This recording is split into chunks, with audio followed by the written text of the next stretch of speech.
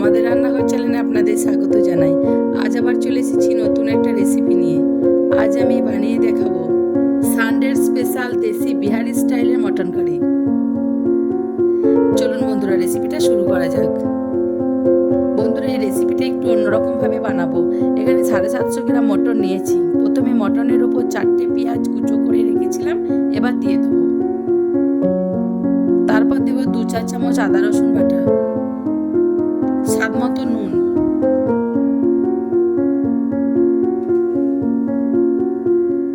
এক চা চামচ জিরের গুঁড়ো, 1 চা চামচ ধনের গুঁড়ো, 1 চা চামচ হলুদ গুঁড়ো, 1 চা চামচ লঙ্কার গুঁড়ো,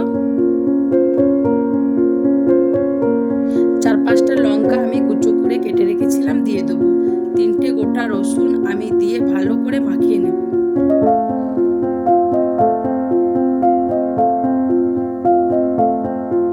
মাংস, পেঁয়াজ, সমস্ত মশলা ভালো করে হাজিয়ে নেব। এবার আমি মাংসটা 30 মিনিটের মতো ঢেকে রাখবো। এরপর আমি কড়াই চাপিয়ে নিয়েছি, কড়াইয়ে তেল দিয়ে দেবো।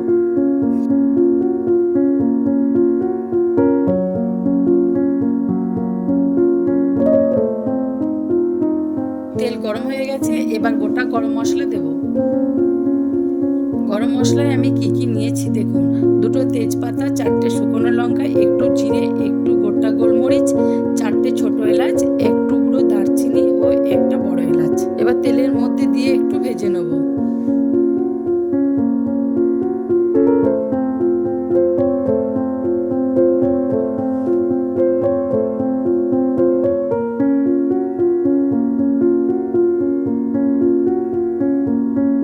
আমি মাংসটা 30 মিনিটের মতো রেখেছিলাম, আপনারা চাইলে 30 মিনিটের থেকেও বেশি রাখতে পারেন। এবার মাংসটা আমি দিয়ে দেবো।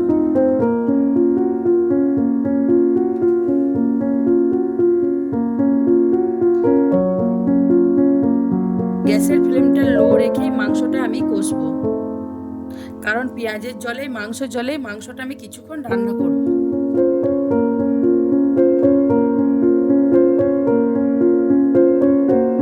দেখুন বন্ধুরা, মাংস থেকে কতটা জল বেরিয়েছে। এই জলেই মাংসটা প্রায় 70 থেকে 80% মতো হয়ে যাবে। মাংসটা আমি এইভাবে 20 থেকে 25 মিনিট কষবো।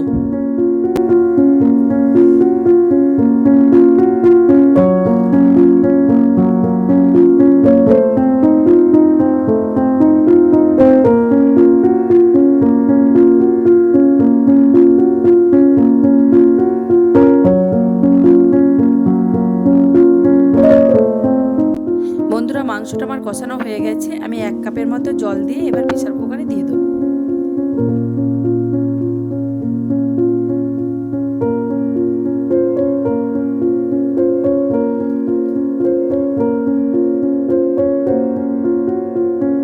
দুটো টমেটো আমি এইভাবেই কেটে নিয়েছি, এবার প্রেসার কুকারে দিয়ে দেবো।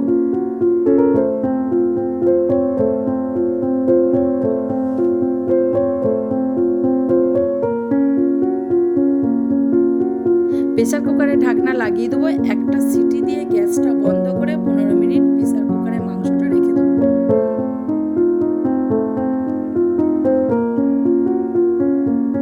দেখুন বন্ধুরা, আমার এই রেসিপিটা হয়ে গেছে। এবার দুটো টমেটোকে গলিয়ে নেব। দেখুন কালারটা কত সুন্দর হয়েছে। এবার পরিবেশনের জন্য রেডি। বন্ধুরা, আমি পুরো রান্নাটা গ্যাসের লো ফ্লেমেই করেছি আর 1 কাপের মতো জল দিয়েছি। আপনারা লো ফ্লেমেই রান্নাটা করবেন, দেখবেন এইরকমই হবে। বন্ধুরা, আমার এই রেসিপিটা যদি ভালো লেগে থাকে তাহলে লাইক, সাবস্ক্রাইব, শেয়ার ও কমেন্ট করতে ভুলবেন না। আর যদি কোনো বন্ধু আমার চ্যানেলে নতুন হয়ে থাকেন, চ্যানেলটি অবশ্যই সাবস্ক্রাইব করবেন এবং ফেসবুক পেজটি ফলো করবেন। ইউটিউব ও ফেসবুকের লিঙ্ক ডিসক্রিপশনে দেওয়া রইল। ভালো থাকবেন, সুস্থ থাকবেন। দেখা হচ্ছে পরের একটি আবার নতুন রেসিপি নিয়ে।